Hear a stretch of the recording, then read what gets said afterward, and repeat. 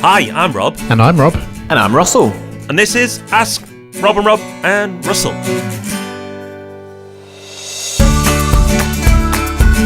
Still getting used to it, Rob. Yep, getting there. It's taking us a bit of time, but it's worth it because we're getting all these tax questions answered thanks to Russell Smith joining us from Property Hub Tax. All the time that we've been doing Ask Rob and Rob, we've been building up a little collection of tax questions that we've been keeping to one side, ready for an occasion such as this, when we've got somebody who's actually got the knowledge to give you proper answers, rather than us just trying to blag it. So that's what we're going to do today. We've got another 2 great tax-related questions. We'll be answering those in just a minute. But Rob, first of all, give us a quick reminder of how people can get their questions in. Super simple. You can call in on 013 808 00035. Where Russell will answer personally. No, he won't. You leave a message and then we'll answer. Or you can go to thepropertyhub.net/ask. That's thepropertyhub.net/ask. Whichever way you want to do it, nice and easy. And don't worry if you don't get the recording right first time. You want to hear us today. Awful. So if we can take second goes and third goes, or even fourth goes occasionally today, then you're welcome to have a few bashes at it too until you get your question right. Okay, let's have a listen to our first question. This one comes in from Luke. Hi, Rob and Rob. My name's Luke. I've been listening to your podcast from the start. It's absolutely fantastic. I wanted to ask you if there's any chance we could do maybe an episode on how to switch a property from, personal over to a limited company. And also, I've heard about this staggering scheme for the government introducing the new rules and tax changes for property owners. So I was wondering if you could possibly do an episode on that as well. Really appreciate your time. And hopefully, hear it on your podcast. Well, hi Luke, this is a great question. So essentially, with the Section 24 mortgage interest changes, which essentially means that you're going to pay more tax because you can't claim mortgage interest as a cost as a higher rate payer. People are thinking, oh my goodness, what am I going to do with property now? So if you're buying property right now, a lot of people, in fact, most people are buying it in a limited company because you avoid the Section 24 mortgage interest changes. But what do you do with your current portfolio of property? Do you switch it over to a limited company? Now, Luke, you can do it, okay? It is possible to transfer your property to a limited company. So that's the good news. The bad news is it might cost you a lot of tax. So how do you actually do it? Well, how you actually do it is essentially you are going to be selling your property to a limited company. Now, you're going to own this limited company, so you're kind of selling it to yourself, but that's essentially what's actually going to happen.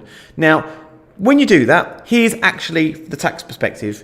You as an individual are going to actually probably have a capital gains tax bill to pay. Now, why do I say that? Because you just sold a property.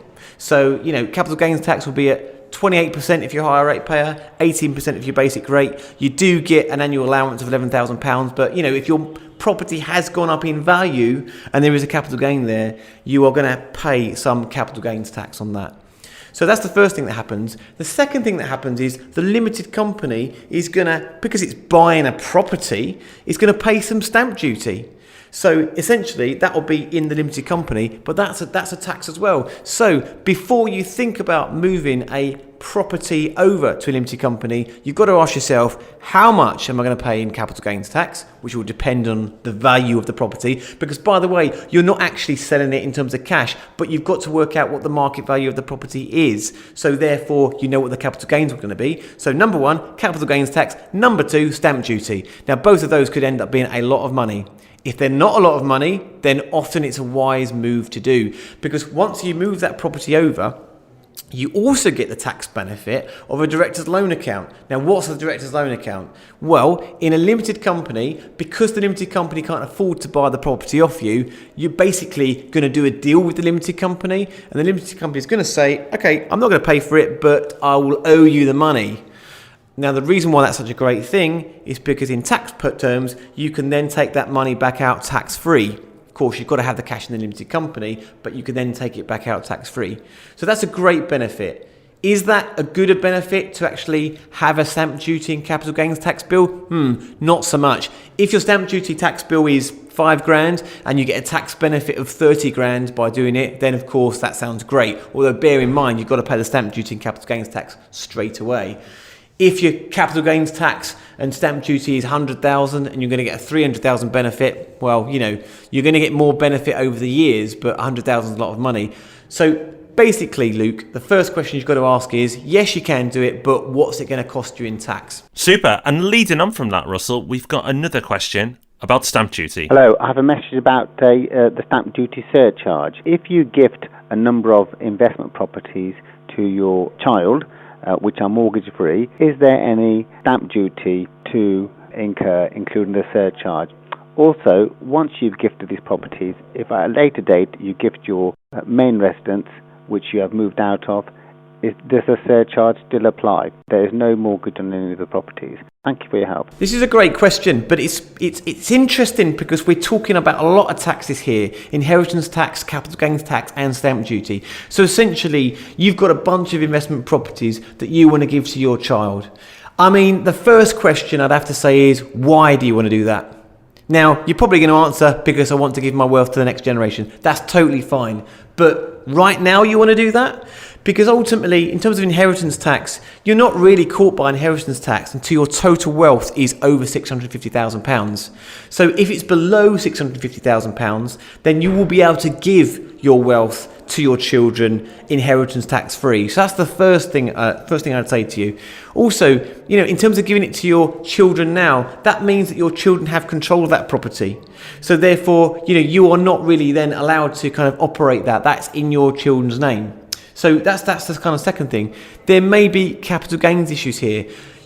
Unfortunately, you can't just gift things to people. There may be capital gains implications. If you die within 7 years of giving a gift to anybody, there's potentially inheritance tax there as well, if you're over the 650,000 as well. So there's a few other things kind of going on in this question that maybe kind of more than meets the eye.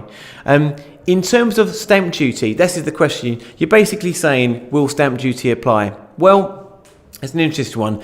Stamp duty is actually on the buyer of the property, and in this case you're gifting the property to your child. So as I understand it, the child is actually giving you no consideration for the property, and stamp duty is generally on the consideration. So the quick answer is, you may be able to get around the stamp duty on this one, but you may be hammered on capital gains tax by giving your property to your child. So I would definitely check this out a bit further. But before you even go into the nuts and bolts of it, you've got to ask yourself the question, is it really a good idea to do it now? Do you really need to do it now? Check how much wealth you've got. If your wealth is over £650,000, there may be a better way of doing this. And if your wealth is below £650,000, well, you don't really need to do it yet. Two great questions, two great answers. Thank you to our questioners, and thank you to Russell. Russell is going to be back with us again next week to answer another couple of property tax questions for you. And before then, Rob and I will be seeing you for the Property Podcast on Thursday. So we'll see you then. Bye-bye. Bye-bye.